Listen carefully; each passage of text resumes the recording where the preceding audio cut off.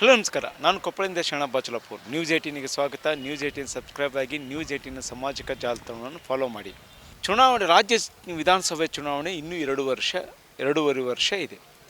ಆದರೆ ಈಗಾಗಲೇ ಇಲ್ಲೊಂದು ಕ್ಷೇತ್ರದಲ್ಲಿ ಚುನಾವಣೆ ಬೆಟ್ಟಿಂಗ್ ಆರಂಭವಾಗಿದೆ. ಕೊಪ್ಪಳ ಜಿಲ್ಲೆಯ ಕನಕಗಿರಿ ವಿಧಾನಸಭಾ ಕ್ಷೇತ್ರದಲ್ಲಿ ಈಗ ಅಭ್ಯರ್ಥಿಗಳ ಪರ ಮತ್ತು ವಿರೋಧವಾಗಿ ಬೆಟ್ಟಿಂಗ್ ಆರಂಭವಾಗಿದೆ.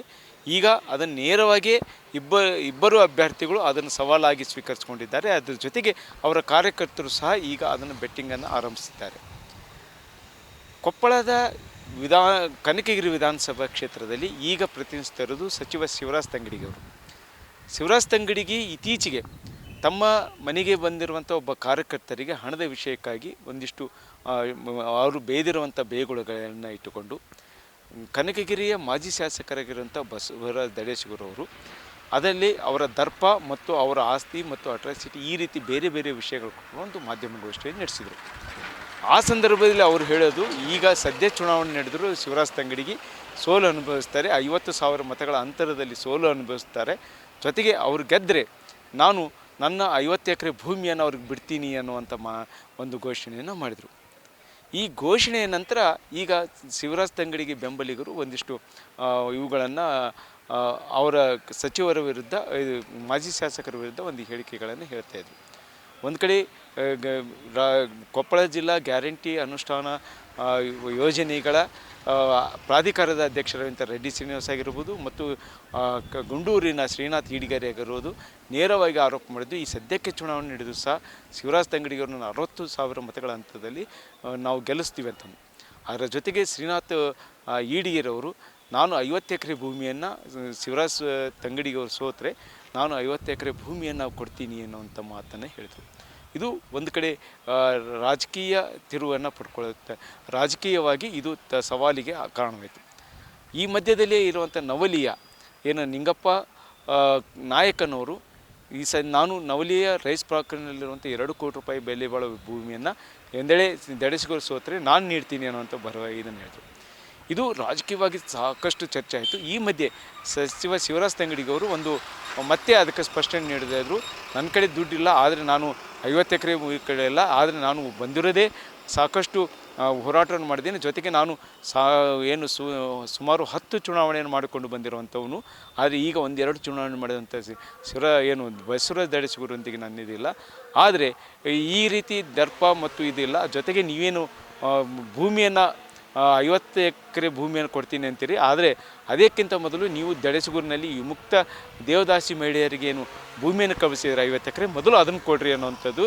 ಜೊತೆಗೆ ನೀವು ಹಿಂದೆ ಏನು ದರ್ಪ ತೋರಿಸಿದೆ ಅದು ಅನ್ನೋಂಥ ಸ್ಪಷ್ಟನೆ ನೀಡ್ತಾರೆ. ಜೊತೆಗೆ ಈ ಘಟನೆಯಲ್ಲಿ ನಾವು ಒಂದು ಕಾರ್ಯಕರ್ತನಿಗೆ ಒಂದಿಷ್ಟು ನಾನು ಬೇದೆ ಮತ್ತು ಆ ಕಾರ್ಯಕರ್ತರು ಸಹ ಅದನ್ನು ಒಪ್ಕೊಂಡನ, ಆದರೆ ಇದು ಈ ರೀತಿ ತಿರುವನ್ನು ಪಡೆದುಕೊಳ್ಳೋದಲ್ಲ ಅನ್ನುವಂಥ ಮಾತನ್ನು ಹೇಳ್ತಾರೆ. ಇದು ಒಂದು ಕಡೆ ಈಗ ತೀವ್ರ ಚರ್ಚೆ ಆಗ್ತಾ ಇರೋದು ಕನಕಗಿರಿ ವಿಧಾನಸಭಾ ಕ್ಷೇತ್ರ. ಕನಕಗಿರಿ ವಿಧಾನಸಭಾ ಕ್ಷೇತ್ರಾದ್ಯಂತ ಈಗ ಕಳೆದ 1 ವಾರದಿಂದಲೂ ಇದೇ ಚರ್ಚೆ ನಡೀತಾ ಇದೆ. ಮಾಜಿ ಶಾಸಕರು ಮತ್ತು ಸಚಿವರ ಮಧ್ಯೆ ನಡೀತಾ ಇರುವಂಥ ಈ ವಿವಾದ ದಿನಕ್ಕೊಂದು ತಿರುವು ಪಡ್ತಾ ಇದೆ. ಜೊತೆಗೆ ಈ ಬೆಟ್ಟಿಂಗ್ಗಳನ್ನು ಮಾತಾಡ್ತಾ ಇದ್ದಾರೆ. ಈಗಾಗಲೇ ಮುಂಬರುವ ಇನ್ನೂ 2.5 ವರ್ಷ ಚುನಾವಣೆ ಇದೆ. ಈ ಸಂದರ್ಭದಲ್ಲಿ ಒಬ್ಬರು ರಾಜೀನಾಮೆ ಕೊಡಿ, ಈಗಲೇ ಚುನಾವಣೆ ನಡೆಸಿರಿ, ಅಥವಾ ನಾವು ರಾಜೀನಾಮೆ ನೀಡುವುದು ಸಾಧ್ಯವಿಲ್ಲ, ಮುಂದಿನ 28ರಲ್ಲಿ ನಾನೇ ಗೆಲ್ತೀನಿ ಅನ್ನೋದು, ಜೊತೆಗೆ ಗೆಲ್ಲಿಸ್ತೀವಿ ಅನ್ನೋವಂಥ ಮಾತುಗಳು ಕೇಳ್ತೀವಿ. ಅಲ್ಲ, ಮುಂದೆ 28ಕ್ಕೆ ಸೋಲತ್ತು ಕಟ್ಟಿಟ್ಬಿಟ್ಟು ನಾವು ಏನು ದೆಬ್ಬಿಡೋದು ಬೂತ್ ಕಟ್ಟಿಡೋದಷ್ಟು ಲೇಟ್ ಆಗೈತಿ. ಇವತ್ತು ಚುನಾವಣೆ ಬರಲ್ಲ, 50,000 ಅಂತ ಗೆಲ್ತೀನಿ. 50,000 ನಮ್ದು ಏನಿಲ್ಲ. ಇವತ್ತು ಡ್ಯಾಬ್ ಬಿಟ್ರೆ ನಾಳೆಗೆ ಓಟ್ ಹಾಕ್ಬಿಡ್ತಾರೆ. ಡ್ಯಾಬ್ ಬಿಡೋದು ಲೇಟ್ ನನ್ನ ಕ್ಷೇತ್ರದಲ್ಲಿ. ಅಲ್ಲಿ ಇವತ್ತು ರಾತ್ರಿ ಹಿಡಿದ್ರೆ ಮುಂಜಾನೆ ಓಟ್ ಹಾಕ್ತಾರಲ್ಲ. ಇವತ್ತು ಉಪಚುನಾವಣೆ ನಡೆದ್ರು ಕೂಡ ಎಲೆಕ್ಷನ್ ನಿಂದಿರ್ತಪ್ಪ. ಸರ್ಕಾರ ಬಿದ್ದೋಗೋ ಪರಿಸ್ಥಿತಿ ಇವತ್ತು ಬಂದೈತೆ ರಾಜ್ಯದಾಗ. ಸರ್ಕಾರ ಐತ್ಯಾ?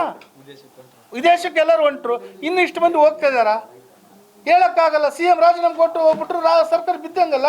ಮತ್ತು ಚುನಾವಣೆ ನಡೀತೀವಿ ಕೊಡ್ತೀನಿ.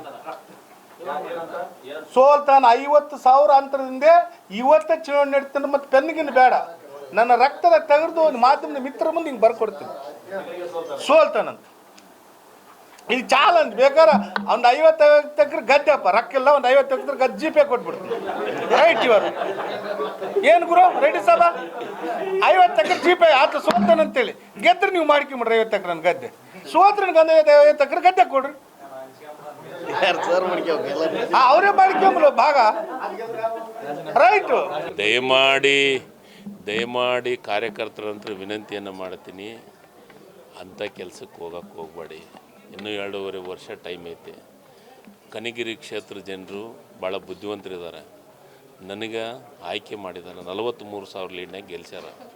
ನನಗೆ ಜವಾಬ್ದಾರಿ ಇದೆ. ತಾಲೂಕು ಆಫೀಸ್ ಮಾಡ್ತೀನಿ ಅಂತೇಳೀನಿ, ಪ್ರಜಾಸೌಧ ಮಾಡ್ತೀನಿ ಅಂತೇಳೀನಿ, ಹಾಸ್ಪಿಟ್ಲ್ ಕಟ್ಟಿಸ್ತೀನಿ ಅಂತೇಳೀನಿ, ಮತ್ತು ಡಿಪೋ ಮಾಡ್ತೀನಿ ಅಂತೇಳೀನಿ. ಈಗಾಗಲೇ ಅವೆಲ್ಲ ಕೆಲಸ ಪ್ರಾರಂಭ ಆಗ್ಯಾವ. 2.5 ವರ್ಷ ಆದಮೇಲೆ ಹೋಗಲೇಬೇಕು ಚುನಾವಣೆಗೆ. ದಡೇಸೂರು ಬಸವರಾಜ್ ಅವರಿಗೆ 3 ಚುನಾವಣೆ ಇರ್ಬೋದು. ನಾನು 10 ಚುನಾವಣೆ ಎದುರಿಸೀನಿ. ಕಾಲೇಜ್ ಡೇಯಿಂದ ಹಿಡ್ಕೊಂಡು ಇಲ್ಲಿವರೆಗೂ ಕಾಲೇಜ್ ಇಲೆಕ್ಷನ್ ಇರ್ಬೋದು, ಪುರಸಭೆ ಇಲೆಕ್ಷನ್ ಇರ್ಬೋದು, ಜಿಲ್ಲಾ ಪಂಚಾಯತಿ ಇಲೆಕ್ಷನ್ ಇರ್ಬೋದು, MLA ಇಲೆಕ್ಷನ್ ಇರ್ಬೋದು, ಭಾಳಷ್ಟು ಚುನಾವಣೆನೇ ಎದುರಿಸಿ ಬಂದಿದ್ದೀನಿ. ನನಗೆ ಗೊತ್ತಿದೆ ಚುನಾವಣೆ ಮಾಡೋದು. ದಡೇಸೂರು ಬಸವರಾಜನ ಕೇಳಿ ಕೇಸ್ ನಾ ಚುನಾವಣೆ ಮಾಡೋಂಥ ಅವಶ್ಯಕತೆ ಇಲ್ಲ. ಯಾರು ನಾನೊಂದು ಮಾತು ಹೇಳ್ತೀನಿ ಸರ್, ದಯಮಾಡಿ ಮಾಧ್ಯಮದವ್ರೂ ಸೇರಿ 2008 ಚುನಾವಣೆ ನಿಮಗೆ ನಂದು ಬಯೋಡೇಟಾ ಪೂರ ಸಿಗ್ತೈತಿ, ಹೌದಲ್ಲ? ಸಿಗುತ್ತಲ್ರಿ ಬಯೋಡೇಟಾ. 2008 ಚುನಾವಣೆ ಒಳಗೆ ನನ್ನ ಆಸ್ತಿ ಎಷ್ಟು ತೋರಿಸೀನಿ, ಏನು ಬಿಸ್ನೆಸ್ ತೋರಿಸೀನಿ ಅನ್ನೋದನ್ನು ಸ್ವಲ್ಪ ತೆಗಿಡ್ರಿ. ನನಗೆ ಡೀಸೆಲ್ಗೆ ರೊಕ್ಕಿಲ್ಲೋ, ಆತಗೆ ಡೀಸೆಲ್ಗೆ ರೊಕ್ಕಿಲ್ಲ ಅಂತ ಗೊತ್ತಾಗತ್ತೆ. ಒಂದೇ ಒಂದು ಸಿಂಪಲ್, ಲೋಕಾಯುಕ್ತಕ್ಕೆ ನಾನು MLA ಆದ ತಕ್ಷಣ ಒಂದು ಕೊಟ್ಟಿದ್ದೀನಿ. ಅದಾದ ಮೇಲೆ ಚುನಾವಣೆ ನಾಮಪತ್ರ ಸಲ್ಲಿಸ್ಬೇಕಾದ್ರೂ ನನ್ನ ಆಸ್ತಿ ವ್ಯವಹಾರನೂ ಕೊಟ್ಟಿದ್ದೀನಿ. ತೆಗಿಲಿ. ತಂಗಡಿಗೆ ಆ ಕಾಲದೊಳಗೆ 2008 20 ಲಕ್ಷ ರೂಪಾಯಿ ಗಾಡಿ ಇಟ್ಟಿದ್ದ. ಬಾಗಲಕೋಟೆ ಜಿಲ್ಲೆ ಒಳಗೆ ಮತ್ತು ಬಿಜಾಪುರ ಜಿಲ್ಲೆ ಒಳಗೆ ನನ್ನ ಹತ್ರ ಇದ್ದಂಥ ಗಾಡಿ ಯಾರ ಹತ್ರ ಇದ್ದಿದ್ದಿಲ್ಲ. ಜಸ್ಟ್ ನೋಡಲಿ, ನನಗೆ ಡೀಸೆಲಿಗೆ ರೊಕ್ಕಿಲ್ಲ, ಮತ್ತೊಂದು ರೊಕ್ಕಿಲ್ಲ, ಡೀಸೆಲಿಗೆ ರೊಕ್ಕ ಕೊಟ್ಟರೆ ಯಾರು ಅದಾರ ಅಂತಲೂ ತೋರಿಸ್ಲಿ. ಮತ್ತೊಮ್ಮೆ ಗೆಲ್ತೀನಿ ಅನ್ನೋ ಭರವಸೆ ಆತಗಿಲ್ಲ. ಮತ್ತು ಈಗ ಜಿಲ್ಲಾ ಅಧ್ಯಕ್ಷ ಈಗೇನಾಗಿದೆ, BJP ಕೊಪ್ಪಳ BJP ಪಾರ್ಟಿ ಆಫೀಸ್ನಾಗ ಕೊಳತು ನಾರಕತ್ತೈತಿ, ಗೊಬ್ಬು ನಾರಕತ್ತೈತಿ, ಮೂಗು ಬಾಯಿ ಹಿಡ್ಕೊಂಡು ಅಡ್ಡಾಡೋ ಪರಿಸ್ಥಿತಿ ಬಂದೈತೆ ಅವ್ರದ್ದು. ಈಗ ಬಸವರಾಜ್ MP ಕ್ಯಾಂಡಿಡೇಟ್ ಏನಂತ ಹೇಳಿದರು, ಎಲ್ಲ BJP ಅವ್ರು ಹತಾಶೆ ಆಗ್ಯಾರ. ನನಗೆ ಜವಾಬ್ದಾರಿ ಕೊಟ್ಟಾರ ಕ್ಷೇತ್ರ ಜನರು, ರಾಜ್ಯದ ಜನರು ಜವಾಬ್ದಾರಿ ಕೊಟ್ಟಾರ. ನನ್ನ ಮೇಲೆ ಭಾಳ ಭಾರ ಐತೆ. ನಾನು ಆ ಜವಾಬ್ದಾರಿ ಕೆಲಸವನ್ನು ಮಾಡಬೇಕಾಗಿತ್ತು. ಇವ್ರನ್ನ ಕೇಳಿ ರಾಜೀನಾಮೆ ಕೊಡೋದು, ಇವ್ರನ್ನ ಕೇಳಿ ರಾಜೀನಾಮೆ ಕೊಡೋದಲ್ಲ. ಇಲೆಕ್ಷನ್ ಬರ್ತೈತಿ, ಇನ್ನೂ 2 ವರ್ಷ ಮತ್ತು ರೆಡಿ ಆಗಲೇಬೇಕು. ಕ್ಷೇತ್ರ ಜನರು ಯಾರಿಗೆ ಆಶೀರ್ವಾದ ಮಾಡಬೇಕು, ಏನು ಮಾಡ್ಬೇಕಂತ ಕ್ಷೇತ್ರ ಜನರಿಗೆ ಚೆನ್ನಾಗಿ ಗೊತ್ತಿದೆ. ಇವತ್ತು ನಿಮ್ಮ ಪ್ರೆಸ್ ಮೀಟ್ ನಾನು ನೋಡಿದೆ, ತೇಕೆ ಅಂತ ಮಾತಾಡೋಂಥದ್ದನ್ನು ನೋಡಿ ನನಗನ್ನಿಸ್ತು, ಅಯ್ಯೋ ಸ್ವಾಮಿ ಬೇಕಾಗಿತ್ತ ಇದು. ಈ ಸಾರಿ ಶಿವರಾಜ್ ತಂಗಡಿಗೆಯವರು ಸೋಲ್ತಾರೆ ಅಂತಕ್ಕಂಥ ಮಾತನ್ನು ಹೇಳಿದರು.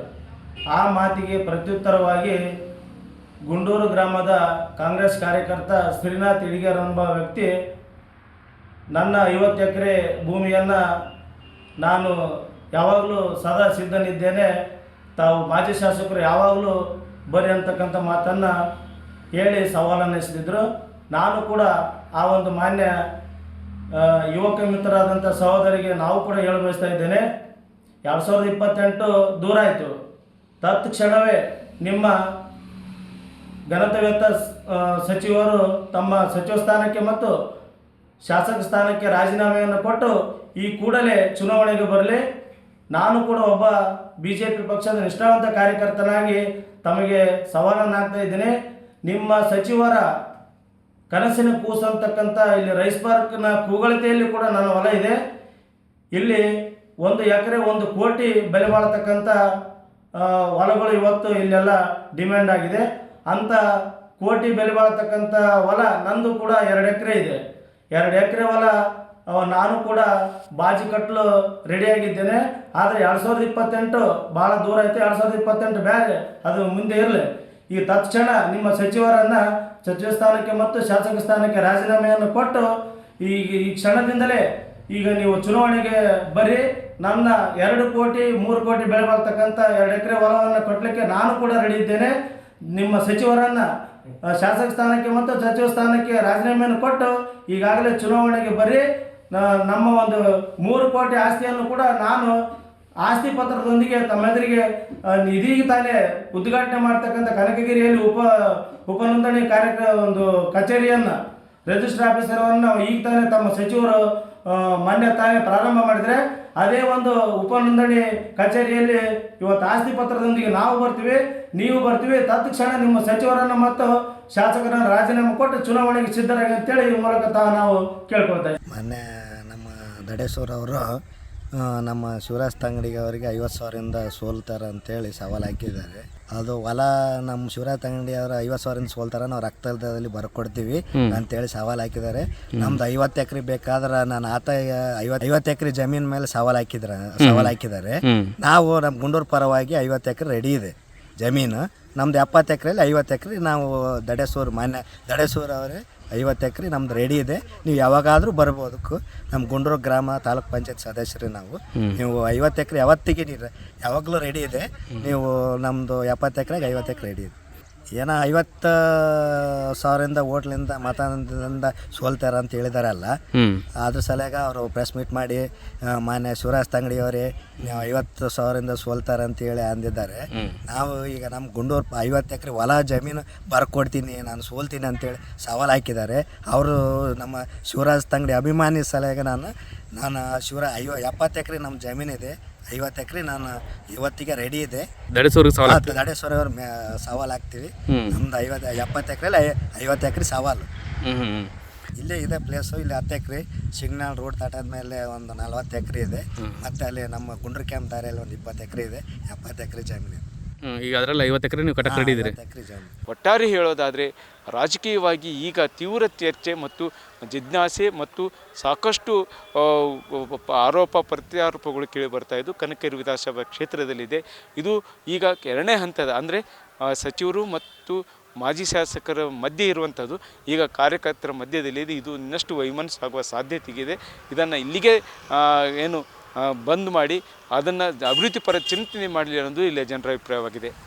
ಶರಣಪ್ಪ ನ್ಯೂಸ್ 18 ಕೊಪ್ಪಳ. ನಿರ್ಭೀತ, ನಿಷ್ಪಕ್ಷಪಾತ, ವಿಶ್ವಾಸಾರ್ಹ ಸುದ್ದಿಗಳಿಗೆ ಮತ್ತೊಂದು ಹೆಸರಾಗಿರೋ ನ್ಯೂಸ್ 18 ಕನ್ನಡ ಈಗ ಆಪ್ನಲ್ಲೂ ಲಭ್ಯ ಇದೆ. ದಯವಿಟ್ಟು ಇಲ್ಲಿರೋ QR ಕೋಡ್ ಅನ್ನು ಸ್ಕ್ಯಾನ್ ಮಾಡಿಕೊಂಡು ಆಪ್ ಡೌನ್ಲೋಡ್ ಮಾಡೋದಕ್ಕೆ ಮರಿಬೇಡಿ.